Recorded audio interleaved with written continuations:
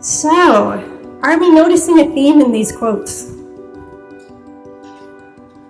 The theme is responsibility, right? That's the heavy word that we all associated with growing up. And popular culture kind of tries to sell us on this idea that freedom from responsibility leads to happiness and joy. And that, my friends, is a lie. That lie is actually contributing to our unhappiness and our dissatisfaction in life, and even more importantly, with what's happening on the planet, in my opinion. Discovering and owning your own contribution to every dilemma that you encounter in life, and in terms of what your contribution is to the dilemmas we face as a whole on this planet, gives us each the power to invite a different experience. It's kind of like submitting your vote into the way everything is going to flow and move and what direction we're going in. How you actually respond to what life puts in front of you in many ways is more important than what actually life puts in front of you. And in many ways as well, how you respond determines what life puts in front of you. Not in all ways, but in some ways. And if we're ever going to be completely happy, which is what I wish for you and me and everyone else on this planet, we have to stop waiting for the world to change and start taking responsibility. There's the heavy word again. For the state of our own existence all across the board. So learning to take responsibility for your contribution and identifying what that actually means is key to finding satisfaction in life, having happy and healthy relationships, as well as creating a happy and healthy planet. So we're going to start by defining what I mean by this word responsibility. If every relationship that you have adds up to 100%, it is each of our responsibility to do 100% of our 50%, that middle line balance. No more and no less. This seems really straightforward on the surface. It looks like such a simple little picture up there, but it isn't. It's really hard to sort out what your 50% actually is, to figure out what you are and aren't responsible for. So how you determine what that line is really my focus tonight.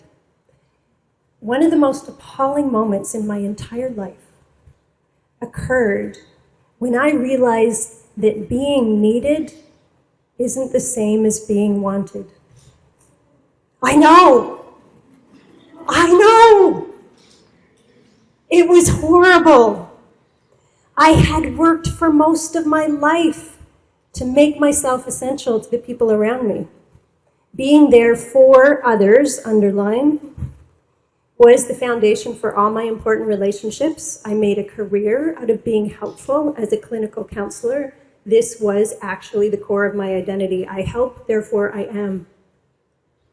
Anne Lamont, who is a brilliant, lovely speaker and author, said, "Help is the sunny side of control." She says, stop helping so much. Don't get your help and goodness all over everybody. I'm still trying to sort out what that means for myself. So I have come to understand that growing up is a kind of process, and in particular a process that emerges out of my wrestling match with my responsibility, what I'm responsible for and what I'm not. And it's also a constant movement between going back into the past so that I can move forward into the present. Every time I find myself stuck in life and I stop and reflect at what's actually happening, the reality is there's something from my past that all of a sudden has emerged and is appearing in my present. And so every time I go back and I reclaim little bits of myself from the past, I sit differently inside my own skin. So tonight, as we're all starting out, many of you came over and said hello. And I know many of you, and many of you are actually here from really different time periods in terms of when I first met you and when we first got to know each other and interact with each other. And many of you have heard my story. You may not be aware or even notice that the story changes as I continue to work with it. That is the dance of growing up, actually. Me continuing to do that kind of work personally, that we advocate for Clear Mind and also advocate for other people as well. So my story. I was one of those little girls who was always on the outside of my peer group. I would carefully study and imitate the behavior of the in people, the in little girls, and for a short time I could have kind of worked my way in with that technique. And then I would say or do something that was just me, and the whole thing would fall apart. I lived in a really small town and went to school in a small school, and the same group of friends that I went to school with all the way through high school, all the same people. So no anonymity. Once you get a reputation, it sticks with you. And I was a misfit. And maybe even more accurately, I was weird. Weird was the word used to describe me a lot as a kid. In those very painful moments of trying and failing to belong to my chosen peer group, I decided that who I am as I am is not good enough. I don't belong. I'm not enough, so I have to do more. Love and acceptance is obviously something that you have to earn. Throughout my elementary school years, I had one friend that I would call my best friend. And she came from a very different kind of family situation than I did. Her dad was an alcoholic, and her family life was kind of chaotic as a result. One day I was over at a sleepover at this friend's house and ended up being sexually molested by her older brother. That's a story that I tell in a lot more detail in other places. That part of it I'm not going to focus on as much tonight. But when we were walking home from after this sexual molestation had occurred with her brother, I told my friend. And the first thing she said to me is, "Do not tell your parents, my brother will get into so much trouble."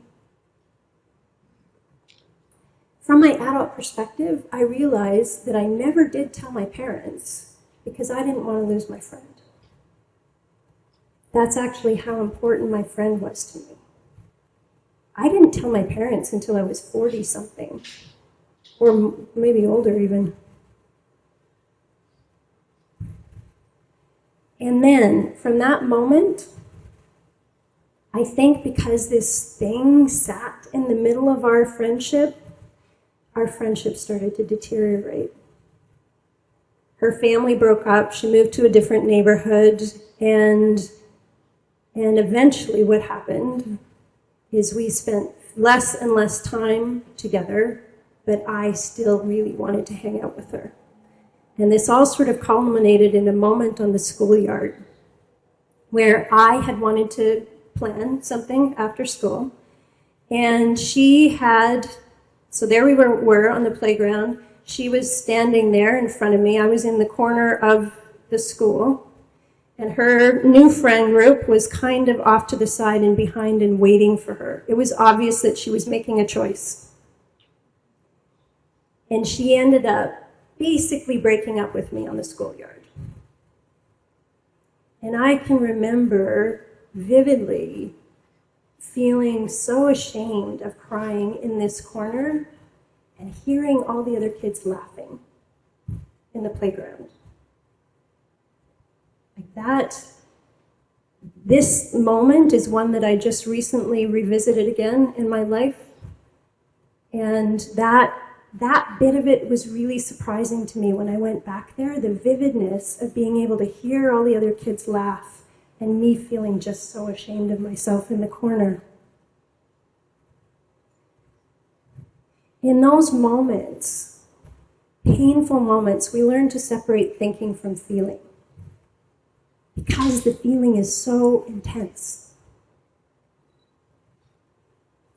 And that intense feeling is what gives these mistaken beliefs, these things we make up about ourselves, so much power.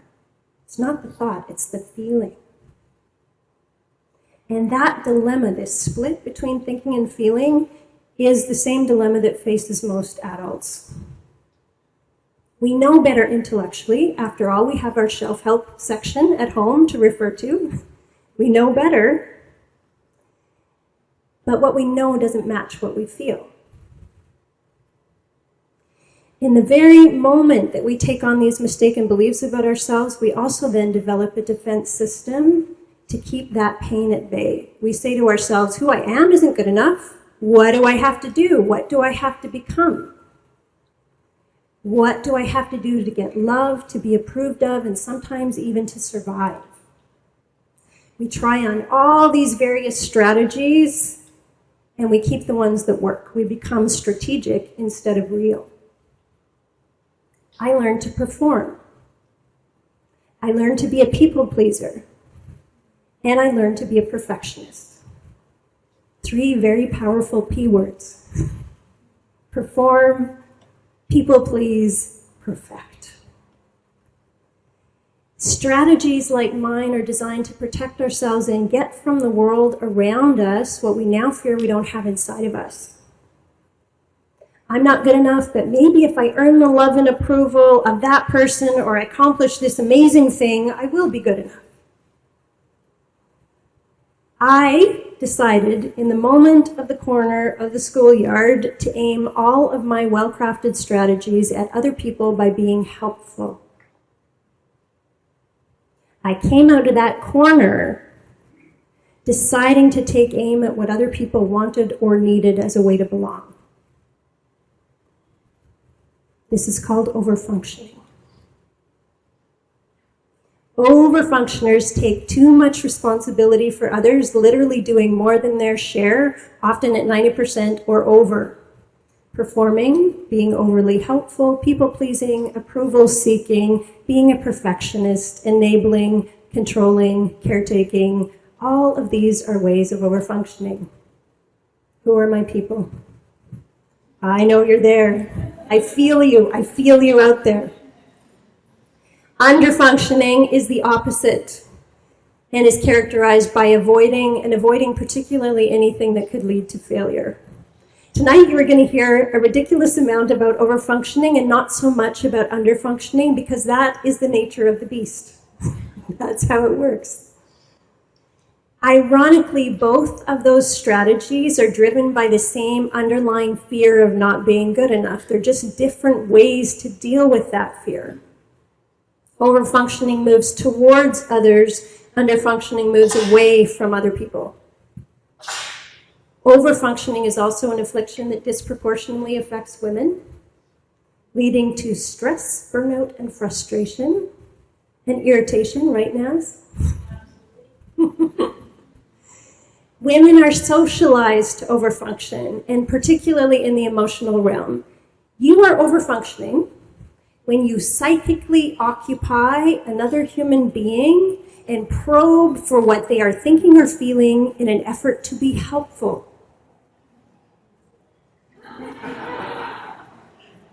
That's what it is.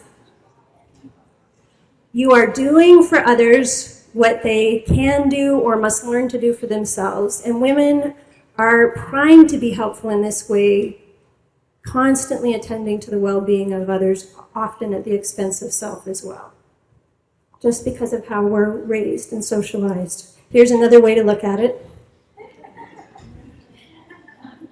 Overfunctioning, underfunctioning. Do we recognize the little head? This is Dwayne's Photoshop project today.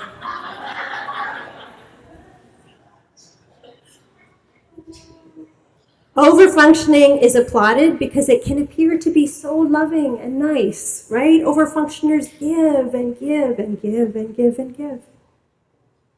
If we take a closer look, though, that isn't actually what's happening. Doing more than your 50% requires another human to do less.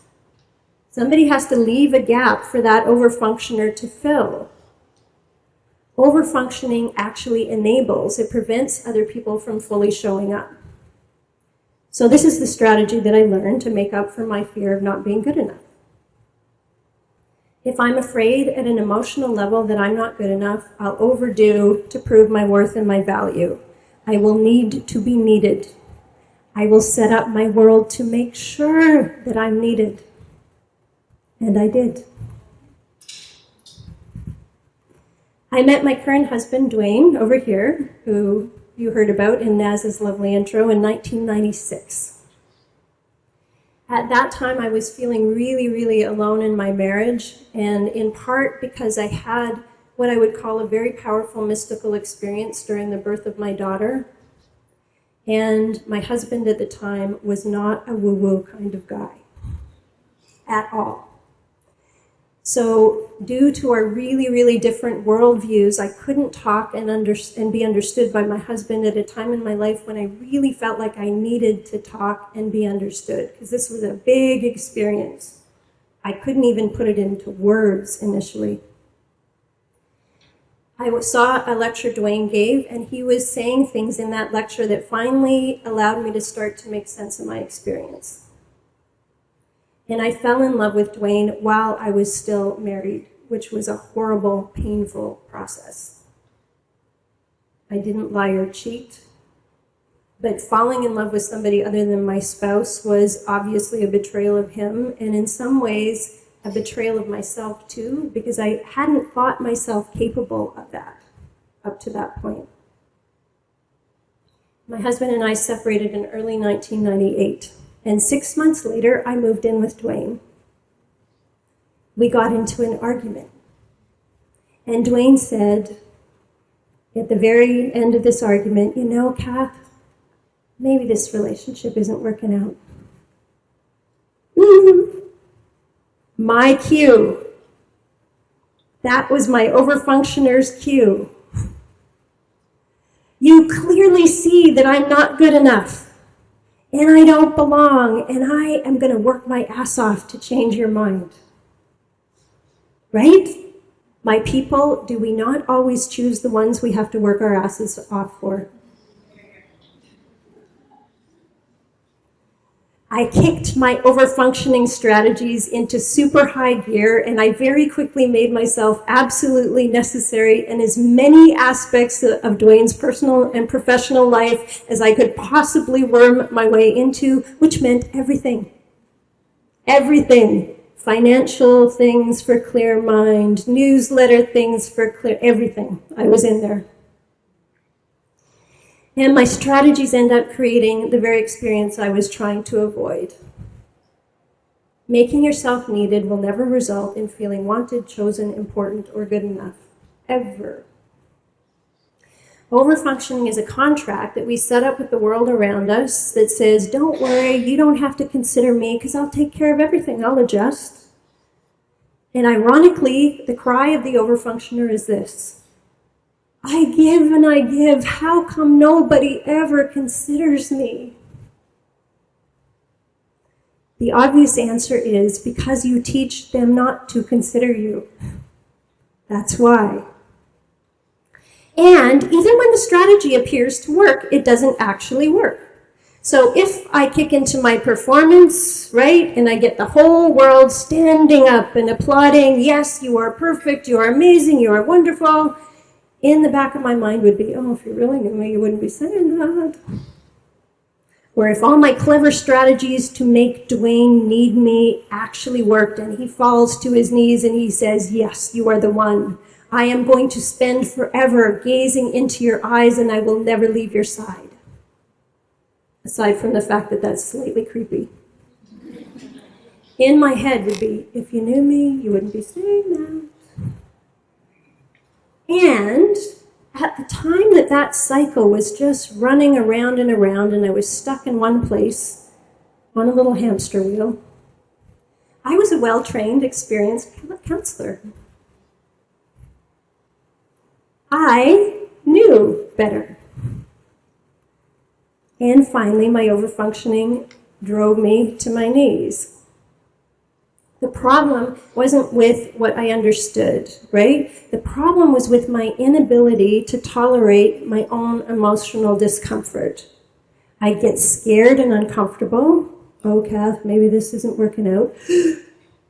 And I would kick right into the behavior that I learned early on and that's wired into me that's designed to fix that feeling. What do you do when you get scared? Work harder. Do more. I didn't have the capacity to actually allow myself to feel that discomfort without trying to do something about it. Until one day, years into the cycle, Dwayne made one of his not-so-subtle threats, implying that the relationship wasn't working out, and I didn't do my crazy thing. I stopped. I realized as I was writing this lecture that probably this wasn't so much a choice, that stop, as it was that I didn't have anything left in my over-functioning toolkit. I had already tried it all, I had already given it all, I had nothing left. So it wasn't actually an enlightened choice, it was kind of more a result. And I discovered that when you are able to allow your emotional experience, it's an opportunity to connect with the pain that's driving the dysfunction. And I realized in that space of reflection that every time that I overfunctioned, I was actually telling myself that who I am as I am is not enough. I thought that was Dwayne telling me that. Nope. That's what I'm saying to me in the middle of that behavior.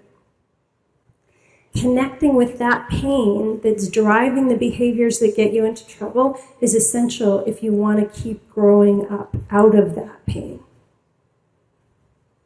And here's the deal about emotions. We can't selectively numb ourselves.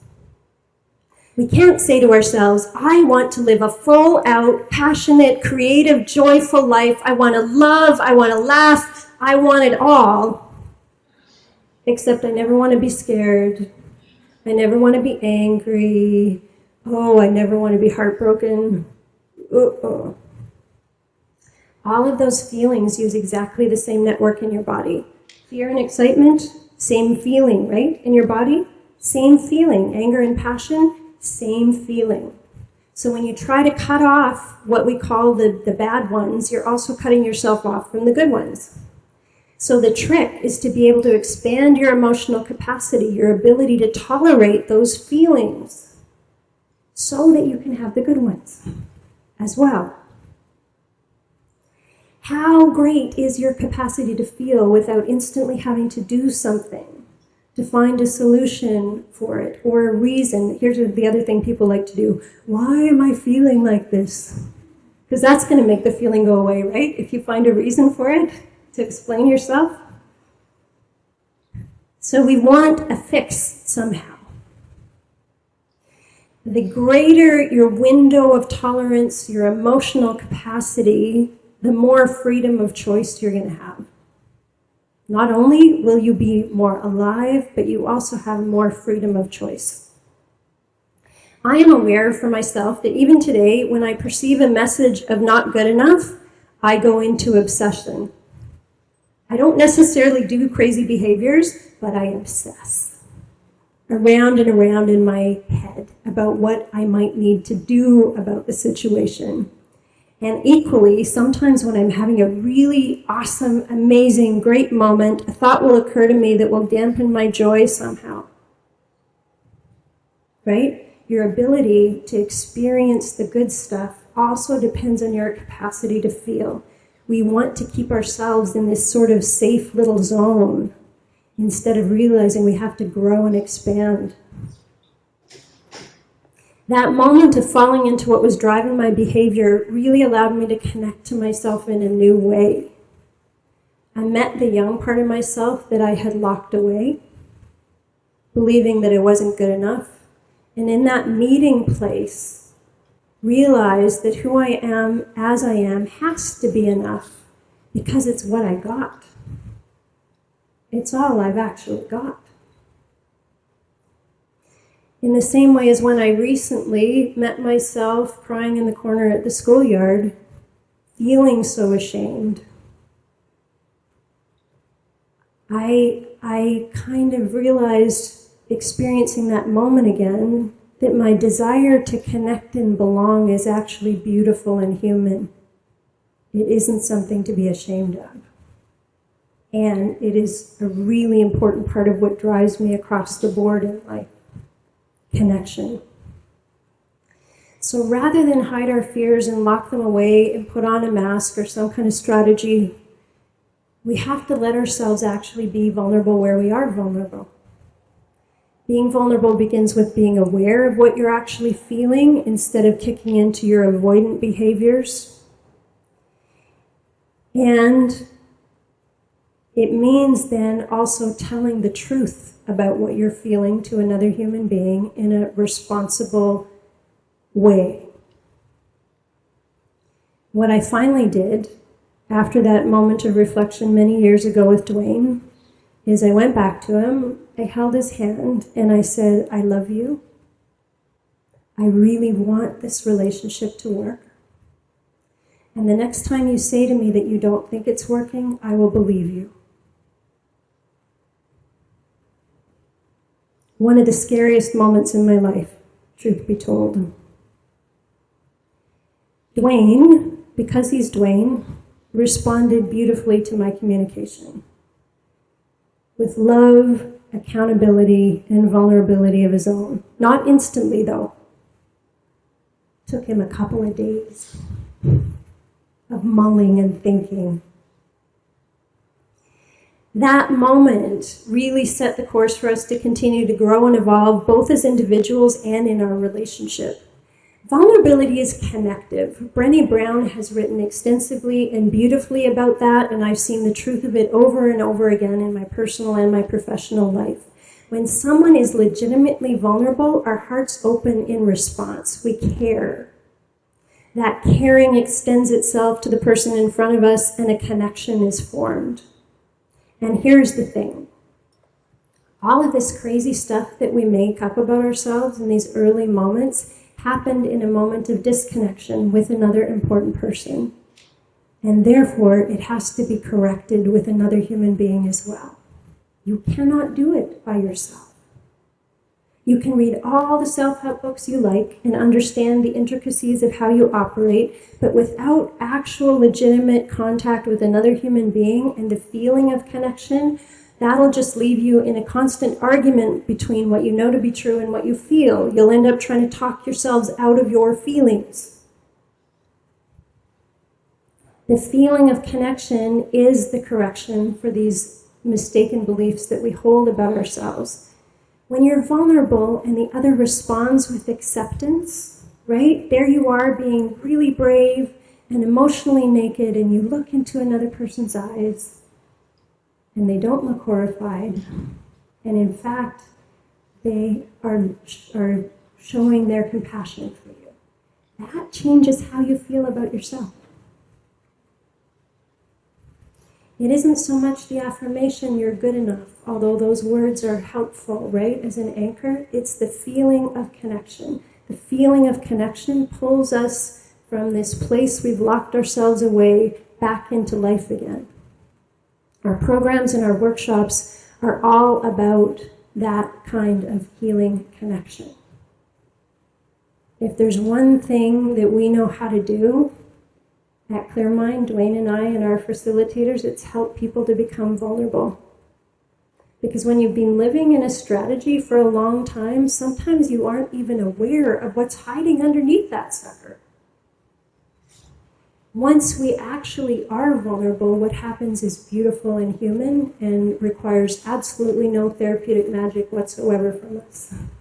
People's hearts open, we care about each other, and that changes how we feel about ourselves.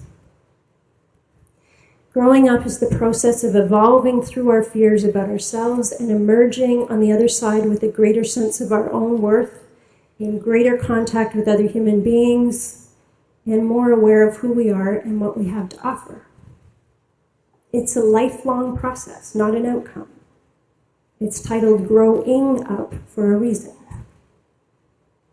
But there's a proverb that says, if you're facing the right direction, all you have to do is keep on walking. In the real world, outside of therapy and workshops, there are no guarantees that vulnerability is going to work 100% of the time. I do have a guarantee for you, though, and that's that it will always work better than your strategies. Always. Guaranteed. And here's why. Connection is not optional.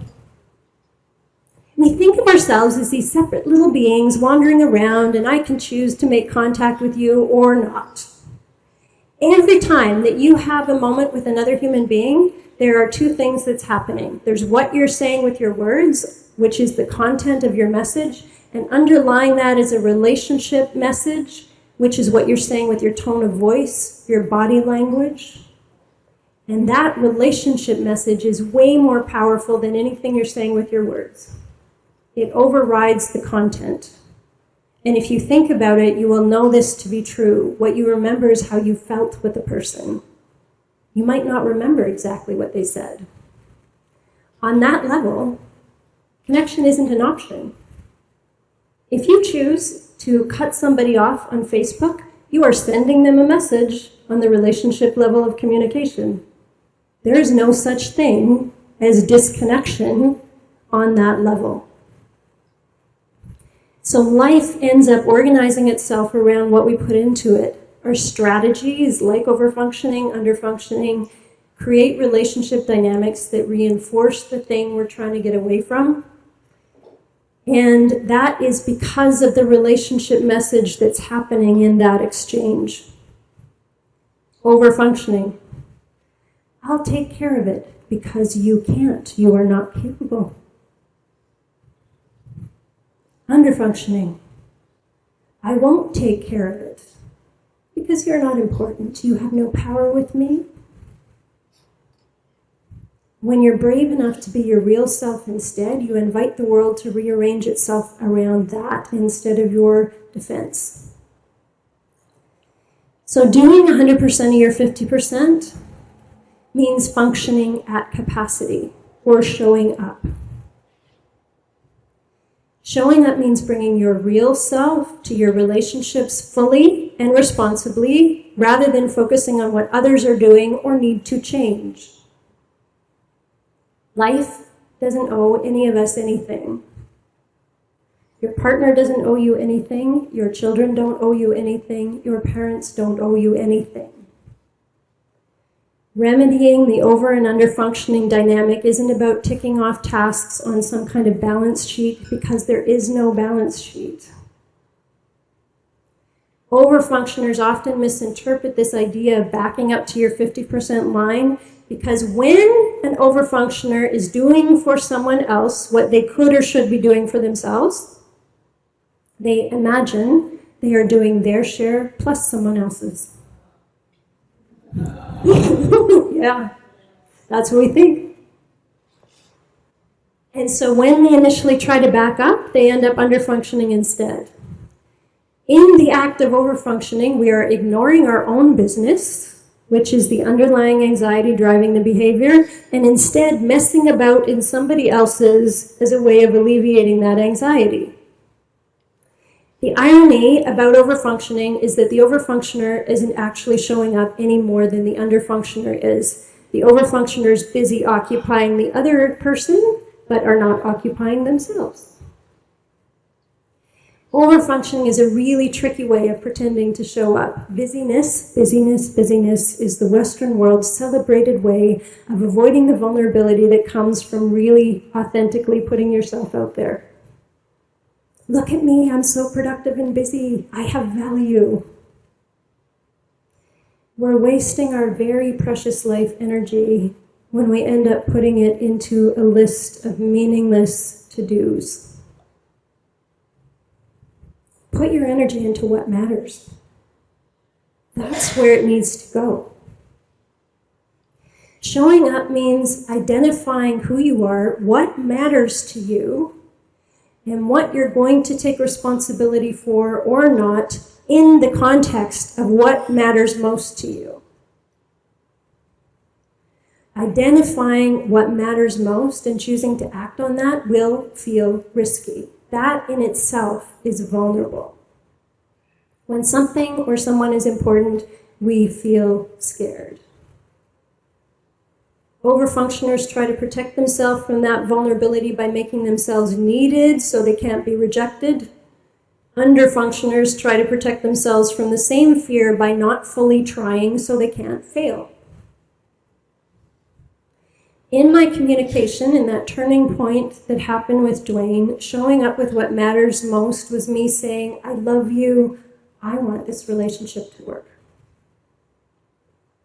Identifying what I wasn't responsible for was me saying, the next time you say to me that the relationship isn't working, I'll believe you. Choosing to put myself out there like this in my work, writing, speaking, facilitating, is scary because it's personal. I'm not just talking to you about the concept of overfunctioning. I'm telling you about me. I decide to do that because real connection is actually what matters most to me and has since I was a young girl crying in the corner of that schoolyard. I want to be brave enough to give people the chance to choose to be in connection with me instead of me trying to manipulate that into making it happen somehow. We have to learn to tolerate the vulnerability that comes on acting what matters most if we're ever going to actually achieve what matters most. Whatever matters most for you has to be more important than failure. And that is because sometimes you will fail. That's part of the deal. And when you do fail at something that really matters, it's going to hurt. The key is you make what matters more important than that hurt. It has to be bigger than that. This may come as a shock to some of you, and I have been subtly alluding to it all night, but you are not in control. Honestly, if we overfunctioners knew that, we keep doing it because we think we can be. Maybe this time it'll work. Maybe they'll just let me be in charge of the planet. I first learned this very, very clear lesson when I said to you I had this very powerful mystical experience during the birth of my daughter. She's almost to be 25 in November. It was a long time ago. So, going into that experience, I was the person who really believed that I could make whatever I wanted to happen, happen. I had studied the birthing manuals. I knew my breathing techniques. I had my midwife, and I had my natural birth experience that was going to happen. That didn't happen. There is nothing that in my whole experience of giving birth actually went the way that the stupid book said it was supposed to. Nothing. Not even my contractions behaved the way they were supposed to. Nothing. But I was determined. I was determined. So every time I eventually got into the hospital, from the hospital, I'm eventually put in acute care. Every time the doctor checks in with me, how are you doing, Catherine? I'm fine. I'm good. I'm okay. Because we're going to do this. 48 hours in, I'm now hooked up to all kinds of machines that are watching me, right? 54 hours in, there is a serious problem. I had exhausted myself. My body was done. Nothing was going to happen. And my daughter was stuck.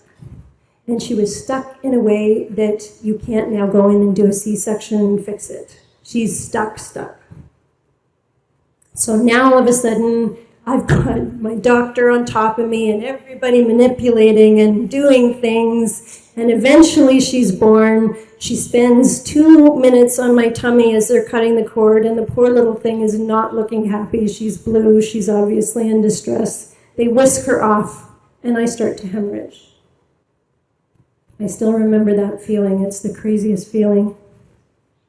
And because I had been on the ward for so long, apparently what happened is the nurses thought that someone else on a previous shift had gotten blood matched and ready for me, and it didn't actually happen. So now I'm hemorrhaging, there's no blood. My doctor is screaming and yelling. He's applying his implements on me in many ways, which I won't describe in detail. Nurses are screaming and yelling. People are running up and down the hallways. My husband is standing there, white, in shock, beside me. That was the moment that it finally occurred to me that I am not in control. And I don't know what happened, but it was like I let go. And in that moment of letting go, all of a sudden this huge, incredible love kind of rushed into me. I have never felt that kind of love in my whole life, before or since. I felt connected to everyone and everything. And I remember saying to my husband, it's okay. I looked at him and I said, it's okay. And I did not mean I would be okay. That was clear to me. I meant it is okay no matter what. This love is what life is all about. It's okay no matter what. That feeling stayed with me for days, even though I couldn't put it into words. I was in the hospital for a while, as was my daughter. It stayed with me actually until the doctors finally came in and said my daughter's in trouble. And that's what finally took me out of it. She is okay now. She's 25, happy and healthy. I've seen that same feeling in people facing equally critical situations, in things that you would think would make you angry or upset. Like my friend Wendy, who's living with aggressive cancer right now. Even as she's struggling in the midst of really tremendous pain, she is also filled with love. I've heard people say everything happens for a reason. I'm not so sure. Each of us has a right to make meaning of our own experience, but I've heard some terrible stories in my work with people and taken some very painful journeys alongside them. Is there a reason that some of my friends have died from cancer and some have survived? Is there a reason for some of the really horrific things that are happening in the world right now? If there is, it isn't a simple reason. Letting go of control requires letting go of certainty and simple answers. What I do know to be true is that even in the middle of great and terrible pain, there can also be great and all-encompassing love.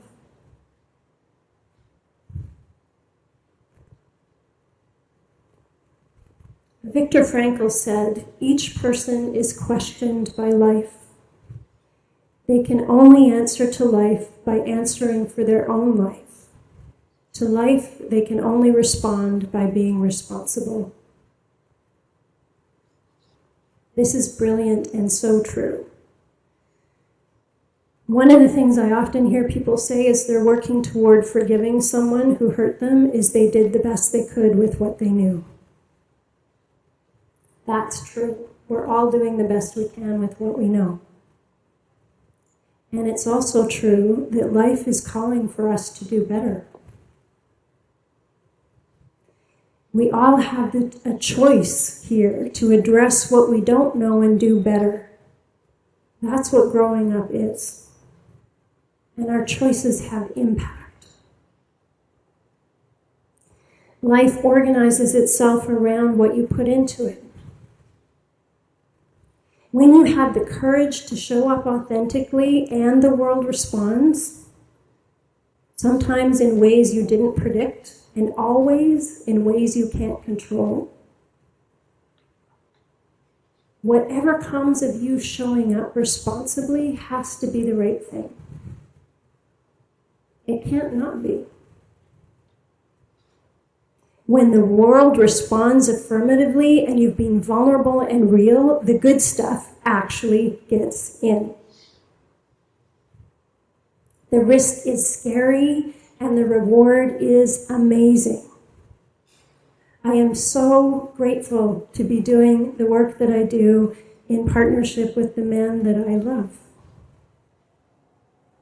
I have an amazing team of people who work with us, which is a completely different kind of schoolyard. My life conforms to what matters most to me because I have made what matters most to me my focus. I am also acutely aware that my circumstances are always subject to change without notice. Sometimes that's scary, but mostly it increases my gratitude for what I have and for what is here right now. So thanks for taking this trip with me tonight. I'm really grateful for that too.